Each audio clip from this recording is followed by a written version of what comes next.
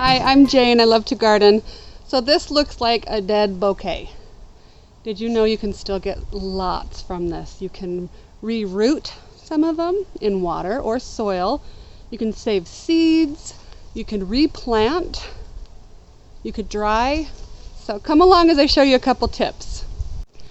What do I do after my bouquet is dead? It looks dead, right? There's so many things you can still do with this. Save the seeds, replant the sedums, and you can dry things like the anise hyssop or the celosias or the straw flowers. The asters have gone to seed, so I can collect those and plant them. The anise hyssop doesn't look too bad for a dried flower, and the sedums I can replant. So here are the sedums that were in that bouquet. I'm not going to toss these. I'm going to replant them. So if you look behind me, besides my dog digging, I have a nursery full of replanted sedums. And I'm going to plant them out in about 2 weeks into my garden. So let me show you. So this is all I do. I take a spot that looks empty and I push it in. If it's not super soft soil, then I can take my hand,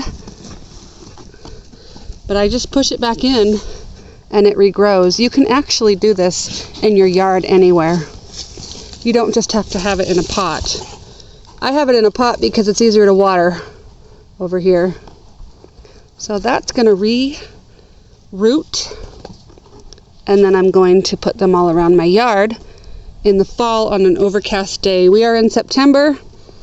Hopefully we have quite a bit more time before the frost gets us. So that's all you do. Isn't that crazy? So there's ones I just planted.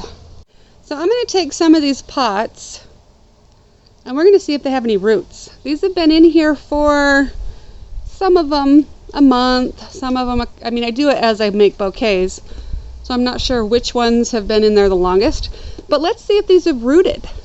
I've found that they root better in soil than they do water, so this one is not quite rooted, but it's growing, so it looks fine. This one looks like it needs some water, a little bit of roots, not too much. Let me see if I can see one that I put in there a while ago. So it's kind of hard to know which one's been in there the longest. Weeds, get out of there. I don't need to grow weeds. So this I did several weeks ago. So some of them didn't take. This was a geranium. I promise they root. All right, let's see. These ones are purple ones. These are my rose clippings. Look at my rose cuttings, aren't they beautiful?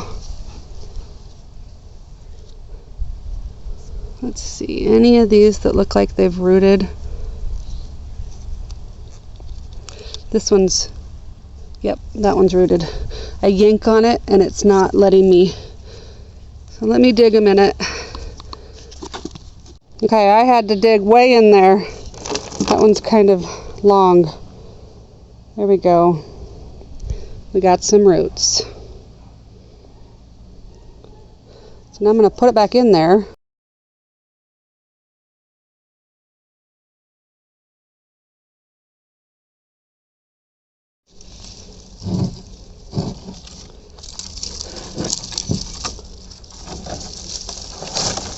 Oh, I missed a sedum.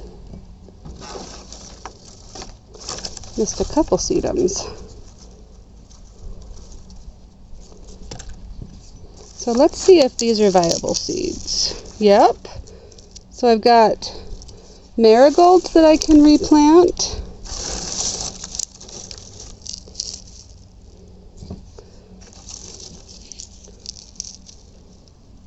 Those are the seeds. They look like I wonder if this is seeds. Oh, it smells amazing. I don't know if there's seeds in there though. Smells so good though. And these are aster seeds.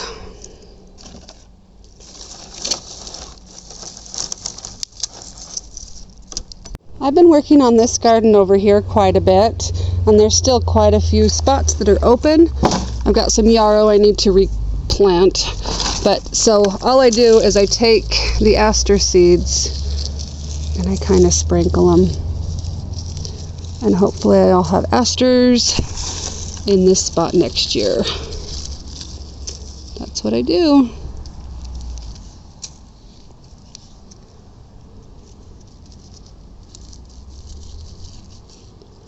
And I weed.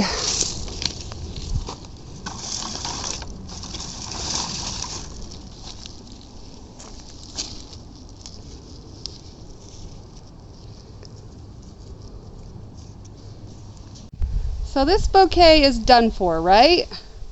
All dry, dead. Did you know you can still get plants from this? As I showed you with the other bouquet, you can replant sedum. Sedum roots so readily in soil more than water. And then you can save seeds to the asters, the anise hyssop. You can dry the snapdragons or the celosia. And I'm not doing a very good job of drying it straight, but at the bottom of this, you will see that you can still get seeds. The little black dots, you can still get seeds from celosia. And then another trick is that potato vine roots so easy in water. So there's one that was just sitting in the vase, and here's one that I put in some water. Look at those roots. Some flowers like zinnias and sometimes marigolds and cosmos, they need to dry on the plant. They're not going to produce viable seeds by sitting in a bouquet drying. But the marigolds did a really good job. I'm excited to have purple aster here next year.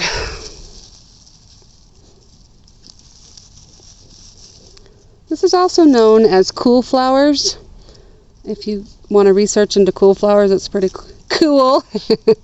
No pun intended. But they overwinter and come back ready for spring and fall. These sedums have really long stems, but at the bottom of them, some of them are rotting in the water. So I would cut them like here and then replant them.